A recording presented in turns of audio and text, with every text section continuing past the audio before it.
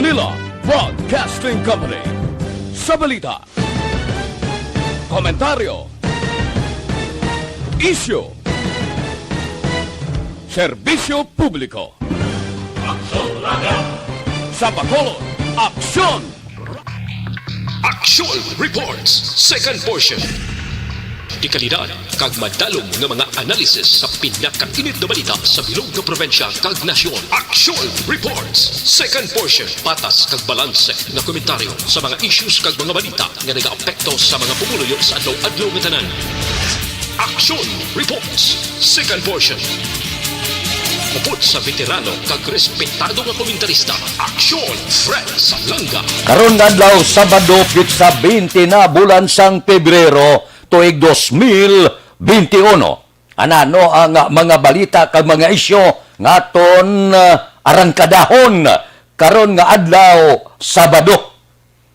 Ang Department of Trade and Industry nagpalayag nya ini belang ginapangabay kag ginaduso sang among ahensya nga halugan na ang restriksyon sa pungsod amo ninyang resulta sang madamo nga tao ang gutom subong nga may COVID-19 pandemic. Amo ini ang arangkada ni Trade Secretary Ramon Lopez matapos nga ti kahapon siling ni Presidential Spokesman Harry Roque may plano si Presidente Rodrigo Duterte nga sa Marso 1 ipaidalom ang bilog nga pungsod sa Modified General Community Quarantine.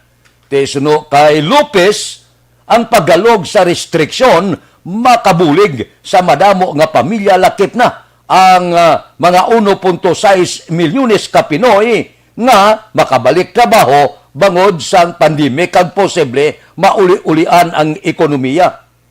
Pabor man ang Interagency Task Force sa rekomendasyon nga ipaidalom sa Modified General Community Quarantine ang bugos nga pungsod. Pero siling sang Interagency Task Force ang desisyon sini ara gihapon sa kamot ni Presidente Rodrigo Duterte. Kag may balaan nini sa Pebrero 22 sa Lunes na ang desisyon sang presidente. Kon bala, aprobahan na pangabay sang NIDA kag DTI. Nga amo lang ini ang rason nga dapat na ibalik kag dulaon ang restriksyon bangod ka daw hindi na maintindihan ang kapigaduhon gutom kag iban pa. Gareklamo na ang halos tanan nga komunidad.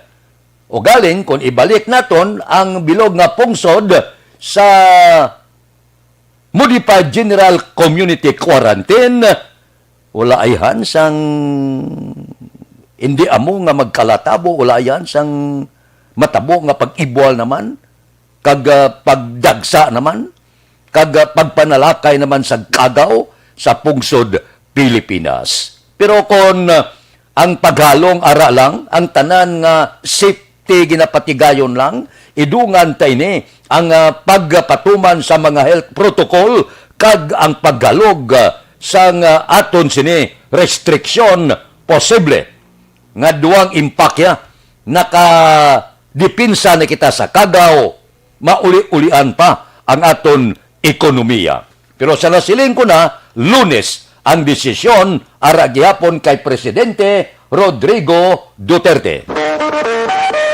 Aksyon Radio Philippine Standard Time, las 6:38. Mabalik kami pagkatapos ini.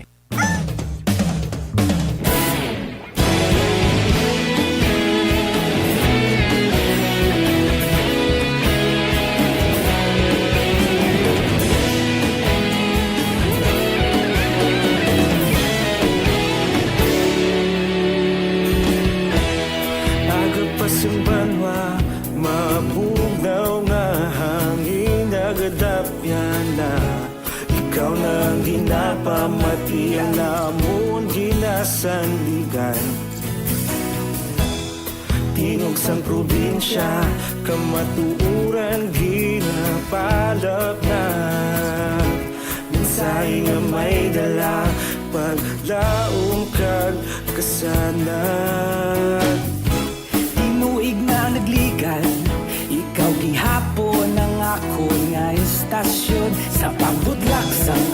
sa pagduhaw sa biton. Mga balita, may dala, inspirasyon, aksyon, radyo, bakolog man sa gihapon. Padayon aksyon, radyo, bakolog, saludo sa imo. Padayon aksyon, radyo, salamat isa pagserbisyo. Patas kag balanse, matuod na mensahe, wala sang hinagang pilihan. Padayon aksyon, radyo.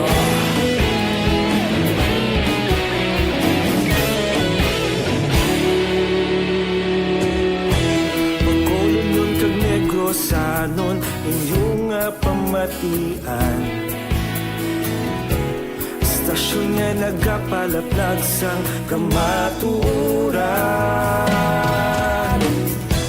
Mabakod nga prinsipyo, reporter handa sa serbisyo. Kahapon, karong kag sa gihapon, kita magapadayon. Tinuig na nagligan, ikaw gihapon ang ako nga estasyon. Sa pangbutlak sang adlaw, sa pagtuhaw sang bituon. Mga balita na may dala, inspirasyon, aksyon, radyo, bakolon man sa gihapon. Padayon aksyon, radyo, bakolon, saludo sa imo. Padayon aksyon, radyo, salamat sa pagserbisyo. Patas kag balanse, matuod na mensahe, wala sang ilagang pilihan. Padayon aksyon, radyo. Una sa balita, una sa aksyon. Sa Bacolod Aksyon Radio. Una sa balita, una sa aksyon. Sa Bacolod Aksyon Radio. Kita ulog na na'y sigsang anong nagkahintangan. Responsable na pagbalita, pagdayon na ipalak na. Malasig pero sigurado, aksyon na may dalang pagpalangga.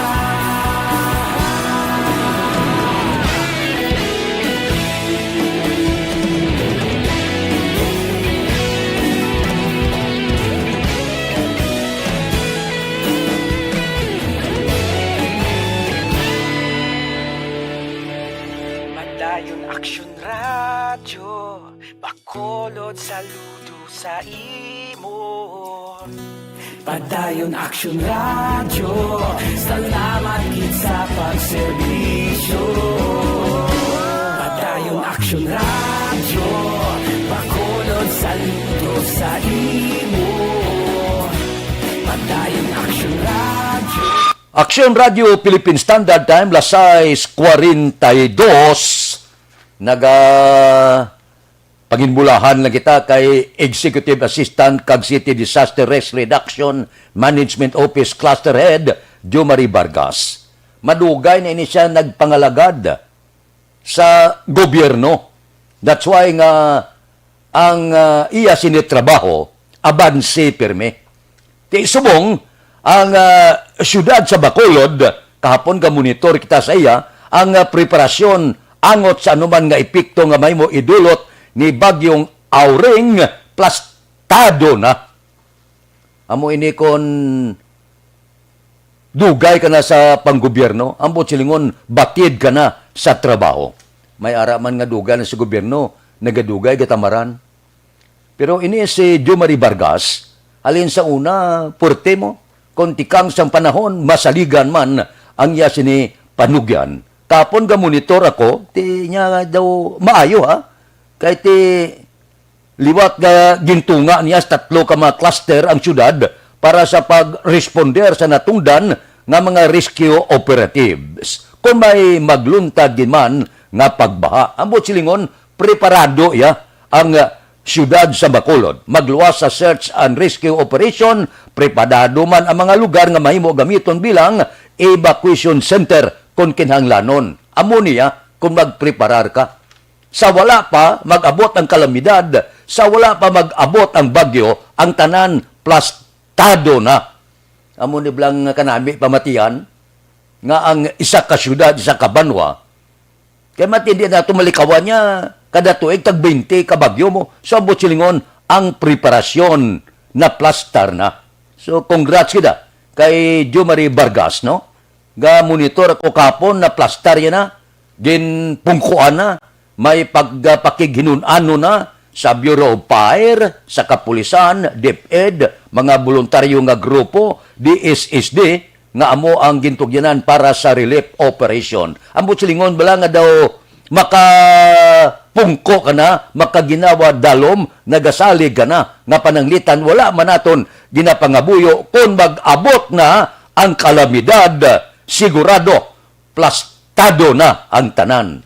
Amo niya, kung gaserbisyo ka.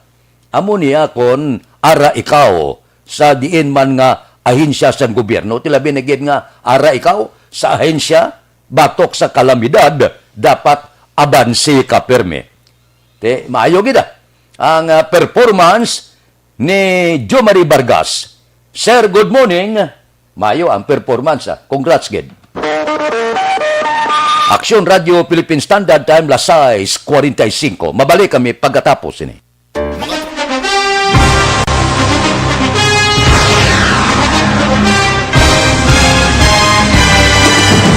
Mga balita nga una nabatian, mga impormasyon nga nakaapekto sa pagpangabuhi sang tanan, drama nga naghatag kabuhi sa istorya sang paglaom, paghigugma kag pagpasimpalan, serbisyo nga makatalandog balatyagon kag nagbunga sang pagsanyog, istasyon sang tanan sa sulod na sang 51 ka tuig, istasyon nga hindi kamupag kalipatan. 7 ka mga kongresista, 1 ka gobernador ang araw sa nagkulist sang pedaya di pamangkot to nagligad para pamaninga linaw wagay sa ngalan wala to naman nga maglapit na lang ang eleksyon pagwa. Sakit lang kung guys nga katapos ang media nga mag-report lang sa senaryo kabisan mahatagan kamo tsansa nga makapalayag sang inyo hibubunot batok sa pulis. Jaya kontra Wala niya tsansa mo. Nagpasarhag na ang kamara. Wala ang ila counterpart sa Senado. Nagpabungol-bungol. Kamuda daw ga pinagusto lang sa kamara. Insulto sa Senado. Una sa balita, una sa aksyon, Sabado, Aksyon Radio.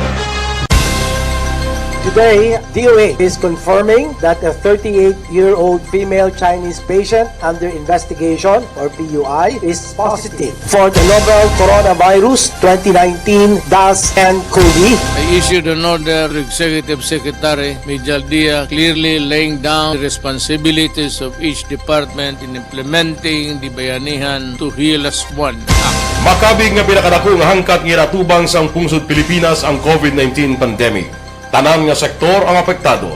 Tanan nga kinahanglan sang pagtamod kag nagakaigo nga pagserbisyo. Bisan pa ang industriya sang pagwaragwag nagapangatubang sang kaangay nga pagpanghangkat.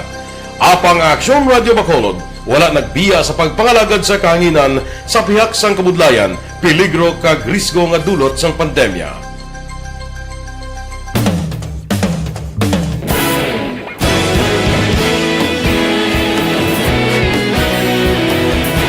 Sa sunod na sang 51 katuig, nasaksihan ang dedikasyon sa Aksyon Radio Bacolod sa pagdulong sa mga balita kag impormasyon para sa interes sang mga pumuluyo.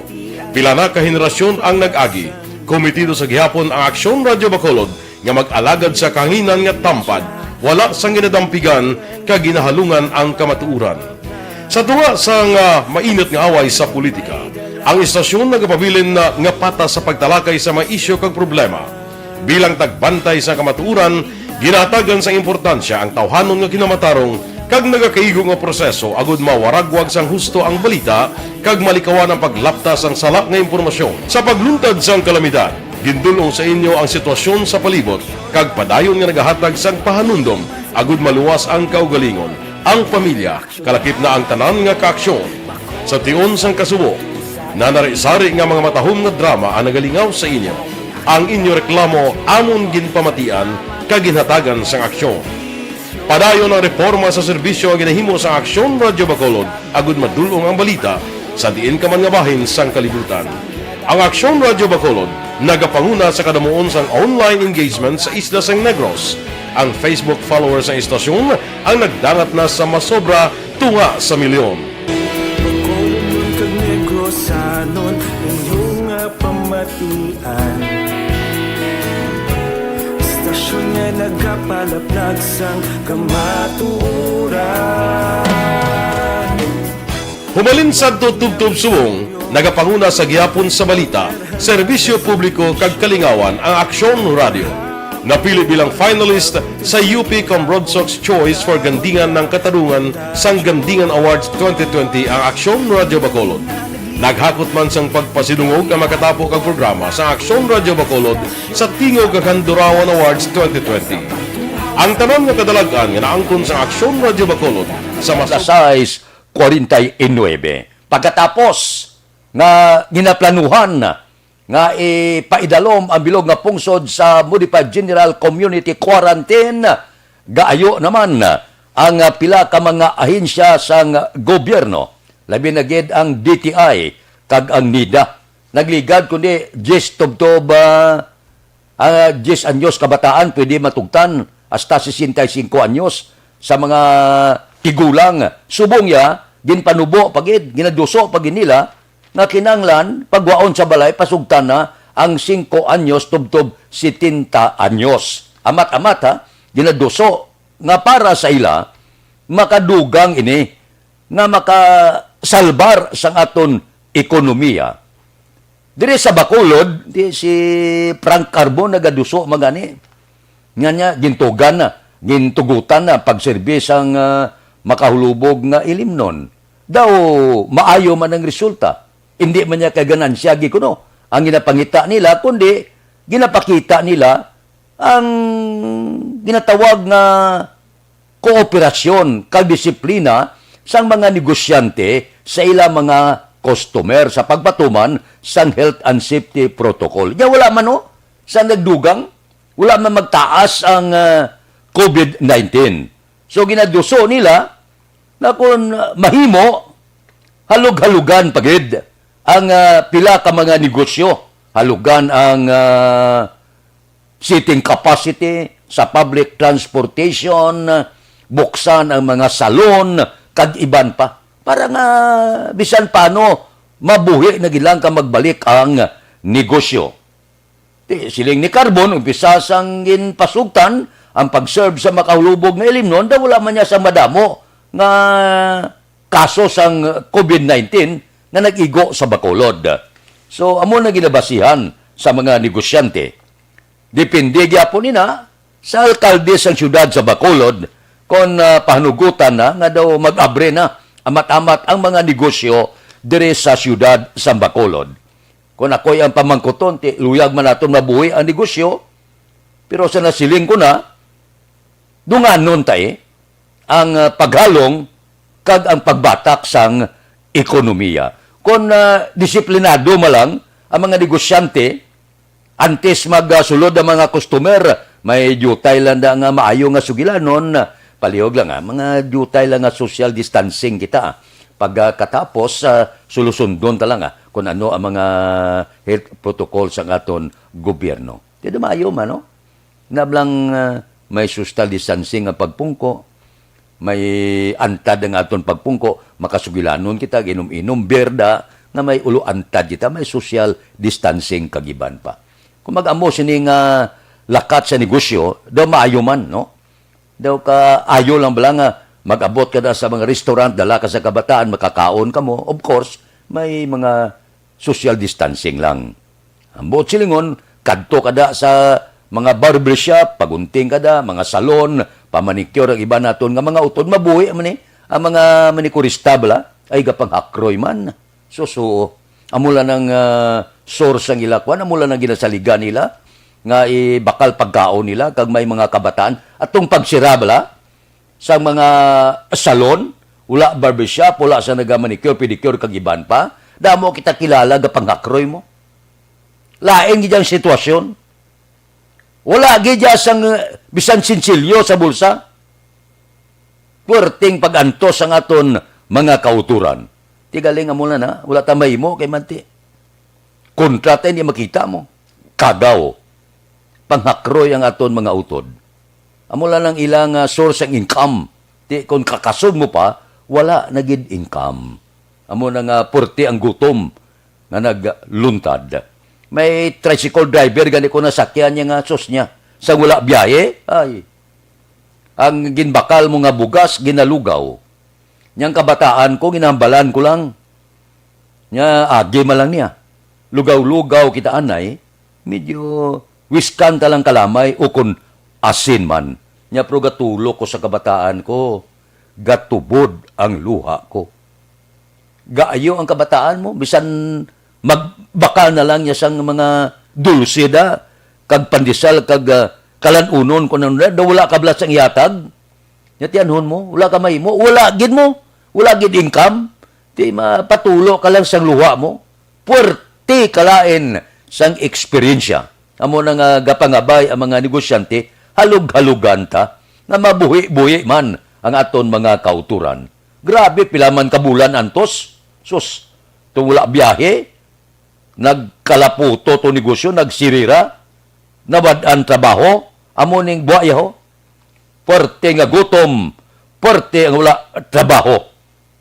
Di ko mabulbuksan ta kadali, kag maamat-amat ang mga negosyo, basi pa malang mauli-ulian ang negosyo, makatrabaho liwat ang atong mga utod na may ulo-ingkaman sa matag adlaw nila nga pagpangabuhi. Aksyon Radio Philippine Standard Time, lasay 55. Mabalik kami pagkatapos ini.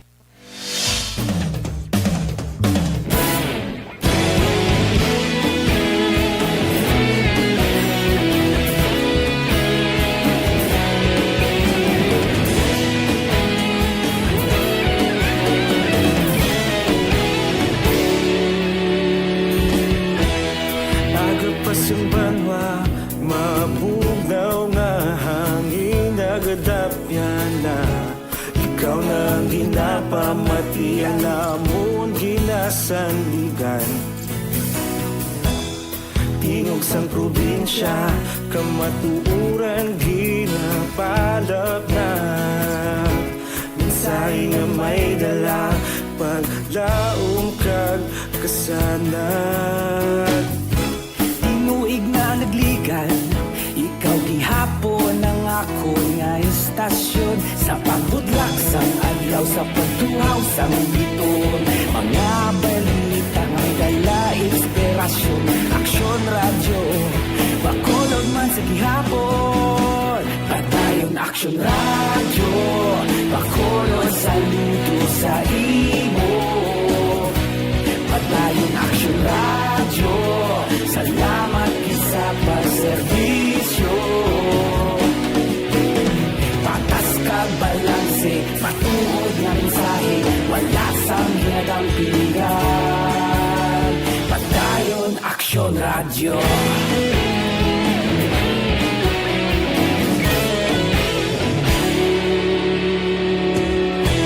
Bacolod kag Negrosanon inyong pamatian Stasyon nga nagapalaplag sang kamatuuran Mabakod nga prinsipyo reporter handa sa serbisyo Kahapon, karon kag sa gihapon kita Aksyon Radio Philippine Standard Time, lasay 58. Antes ko magbiya, may luyag lang ko klaruhon. Nga ang report nga wala biyahe ang Ruro, wala maghalin dire ang report sa Aksyon Radio. Kay si Aksyon Alvin Graba nag-interview gid sa Coast Guard kaina dira sa Bridco Port. So, klaro, wala yang maghalin sa Aksyon Radio ang balita nga wala biyahe. Siling sang Coast Guard may biyahe. Klaro ha? Basi bala ko may lain naman dira kay man nagsalangisag, may nag-report kuno nga wala biyahe. Wala ina yang maghalin dire sa Aksyon Radio. Aksyon Radio Philippine Standard Time, lasay 58 standby na sa aton Aksyon Balita Morning Edition. Liwat magadulong sa aton sa mga balita lokal, national, international, sports, kag artista. Upod kita kay Aksyon Boy Duran, kag Aksyon Edien Aboso, Aksyon Fred Salanga, una sa balita, una sa aksyon, sa Bacolod, Aksyon Radio. Aksyon Radio!